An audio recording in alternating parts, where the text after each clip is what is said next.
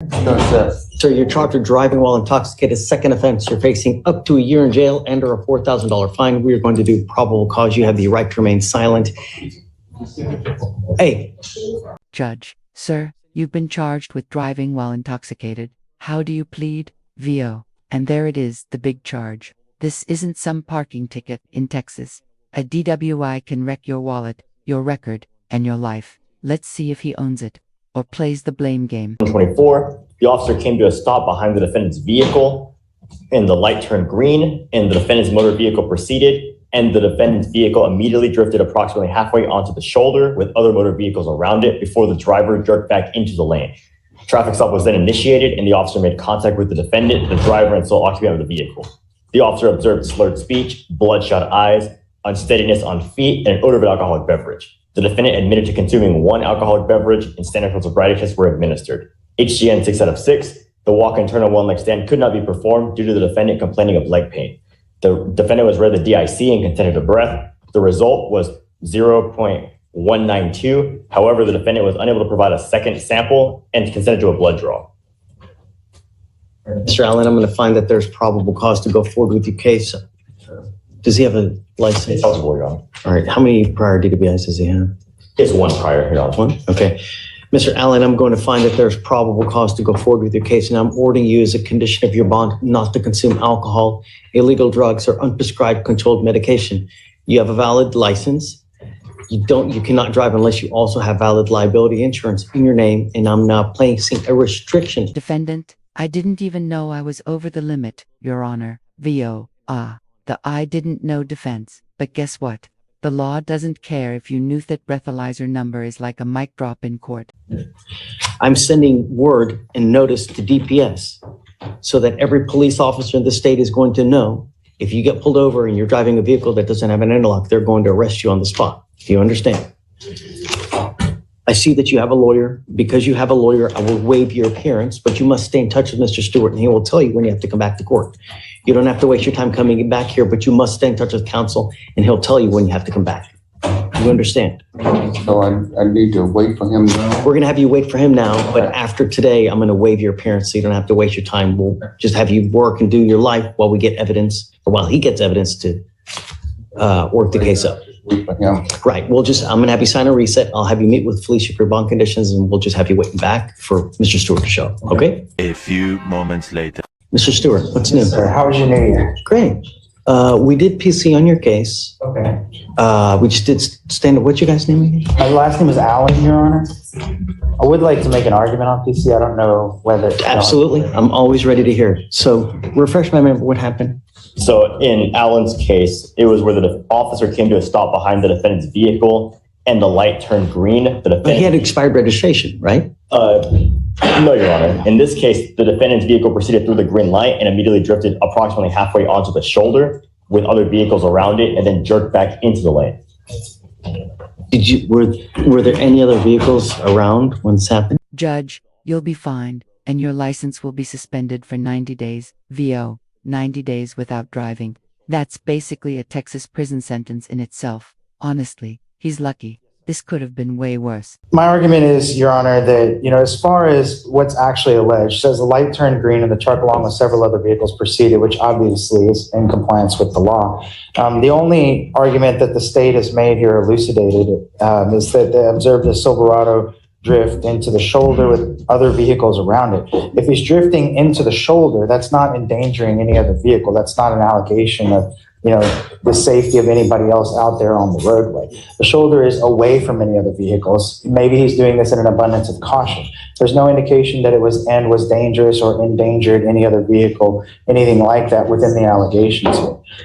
Furthermore, there's numerous reasons why a vehicle is 100% legally allowed to drive in the right-hand shoulder of a vehicle. I think there's 9 reasons in the state of Texas why a vehicle is allowed to drive in the shoulder.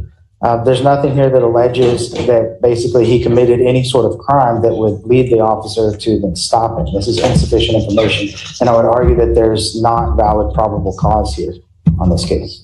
I think he has a valid point where, perhaps he's Well, I mean, I don't want to speculate, like, and you're saying, well, maybe he did it because of this, that, but I don't want to speculate, right? Because were there other cars? I don't know. Was it dangerous? I don't know. I mean, Judge, but failure to maintain a single lane when there are other vehicles within the vicinity is a valid reason for a stop. right, but you got to articulate facts as well, right? So according to the statute. Right, and I understand because we've had this issue before where it's failure to maintain a single lane, but we're unsure if there's other vehicles. That I can appreciate and understand. But in this case, the officer did specify that there were other vehicles in the vicinity. And under Texas law, that is sufficient for a stop. I disagree. I think that when we look at the statute for failing to maintain a single lane, the second half of the statute is that it endangered somebody. And there's no indication here that there was any danger. Was it 545.460? Isn't that it? Fleming, yes, Fleming, Hardin.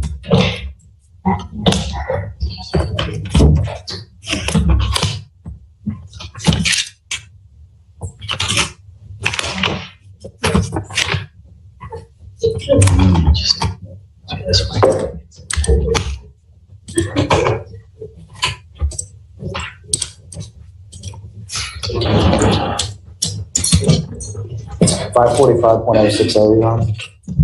Section A2, may not move from the lane unless that movement can be made safely. Shall drive as nearly as practical entirely within a single lane, and 2, may not move from the lane unless that movement can be made safely. There's no allegation here that the movement was made unsafely. Or that there was Judge, anything unsafe I also about it. have the list of, where under Texas law where it's permissible to drive on the shoulder, to stop, stand, or park, to accelerate before entering the main lane of traffic, to decelerate. Let's do this. I mean, this is going to take quite a bit of more time. So can you come back? Do you have anywhere else to go? Let me go through the arraignments, get everybody done and out of here, and then because this is going to take quite a bit more time. Yes, sir. Right? And it'll give you time to take a look more. So if you need to, you too as well, if you want to try to find a case law, let me just go through because I have another lawyer that's waiting, Absolutely. Yeah, I'll help you out, but let me get through everything. Yeah, for sure. Just gotta get with the sheriff's if possible to have a discussion. Moments later. Craig. Good morning again. Hey. I wanted to reapproach regarding the PC on Mr. Allen's case. I know the state has emailed me some cases that they wanted to cite to. Morgan. Judge. I don't know whether someone else wanted to speak to that. Yeah. If we may, upon reviewing case law, so as we've discussed before, so he did veer into the shoulder and then go back onto the lane. And in Hardin, failing to maintain a single lane with the added vehicle component is the danger that they provided in the case law that makes failing to maintain a single lane, unlawful. Furthermore, in cases such as Lamming and Martinez, the court added additional factors to consider for the officer into determining whether or not failing to maintain a single lane is unlawful. And one of those is the time component. In Martinez, it was at midnight or at 1 o'clock in the morning. Here it was midnight as well. No, but one of the things is there's an element of unsafetyness, right? And Your Honor, there are other vehicles around. As the officer articulated in the dims, there are other vehicles around when he veered and then jerked back into the lane, as the officer put in the dims. But I get it.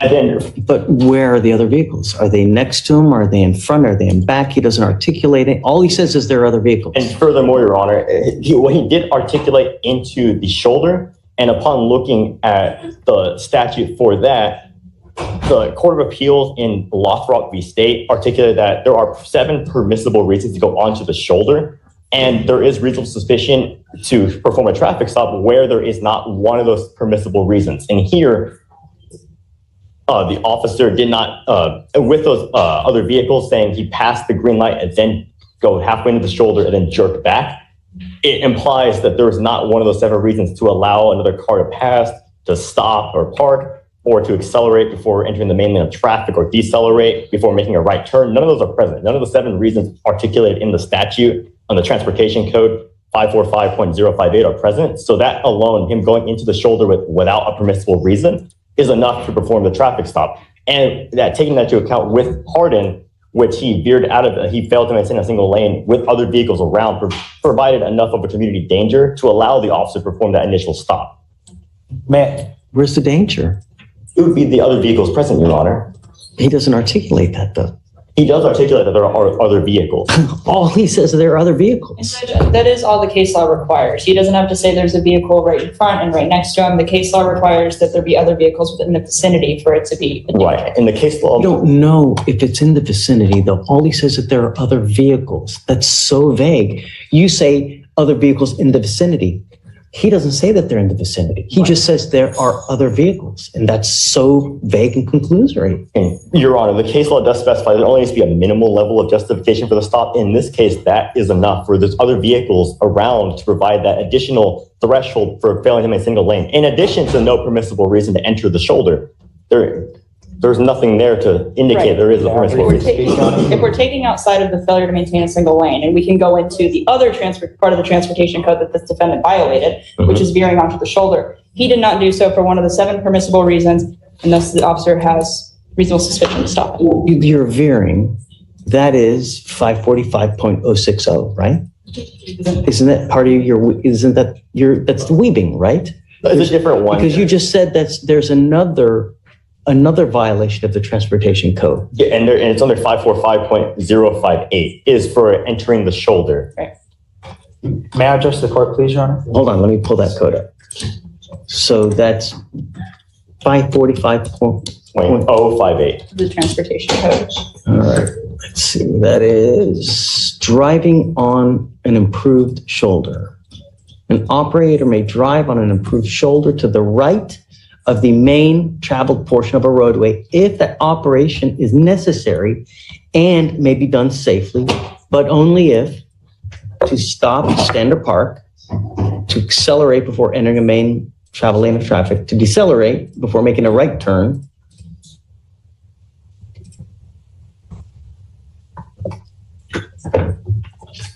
to avoid a collision as permitted by an official traffic device. Okay. Yes, Your Honor. So in terms of their arguments about the driving on the shoulder under Lothrop, their case that they're citing, the case itself says, and I quote, merely driving on an improved shoulder is not prima facie evidence of an offense. That's their case. It says the exact, that doesn't benefit them at all. In terms of Hardin, their own case, based on our review of the record and precedent, we conclude that the detaining officer did not have reasonable suspicion to stop Applee for violating Transportation Code Section 545.060. Again, that's their case. And in that one, that's where the vehicle's tires crossed over the fog line, just as in our case, into the shoulder. And in their own case, it says that was not reasonable suspicion. And so, I would like to, highlight these 2 cases because I think they're directly on point. I don't know why the state did. In terms of State v. Hernandez, which is 2016 out of the 4th Court of Appeals, and I have the appellate case number, but I don't have the specific site. My only concern is there an element of unsafeness? That's all I want to know. To just address one point briefly, in the case Lothrop, they do say that really on an improved shoulder is not prima facie case evidence of an offense. However, if it states explicitly that the offense of illegally driving on an improved shoulder can be proven in one of 2 ways, either driving on an improved shoulder was not necessary part of achieving one of the 7 approved purposes which are articulated in the statute, or that it could not have been done safely. And here, we're again going back to the 7 articulated purposes in the statute that are not present here. He entered halfway into the shoulder and then jerked back into the lane. After previously having just gone through a green light. So there's no indication that he's allowing a vehicle to pass or anything like that. He went through a green light, entered the shoulder, and then jerked back. So by your theory, then, any single person that ever drives a mere nanosecond to the right of an improved shoulder is now violating this offense, this transportation code. This law can't be like that. It wasn't just announced, he went halfway in. So he veered halfway into the shoulder. It wasn't just like a little deviation. He said, the officer said halfway into the shoulder and then jerked back into the lane. So he went out and then came back into the lane. So are we supposing that that's like half a second of driving on an improved shoulder? Is it 1 second? Is it a minute? Is it? I'm sure it should matter. I mean, because the legislature articulated 7 specific reasons why that would be permissible, and they wouldn't have. If an old grandmother who is 70 years old is driving on a freeway and accidentally And but that would provide the minimal justification just to perform an investigatory, a stop, just to investigate. It wouldn't be an arrest or anything like that. It would just be the traffic stop would be allowed at that point. I don't know. I don't think that the officer wrote enough in the report. I don't think that the unsafetiness as far as, saying that there are other cars around, I just don't think that there's enough. Yes, Judge. I'll find no probable cause. Thank you. Okay.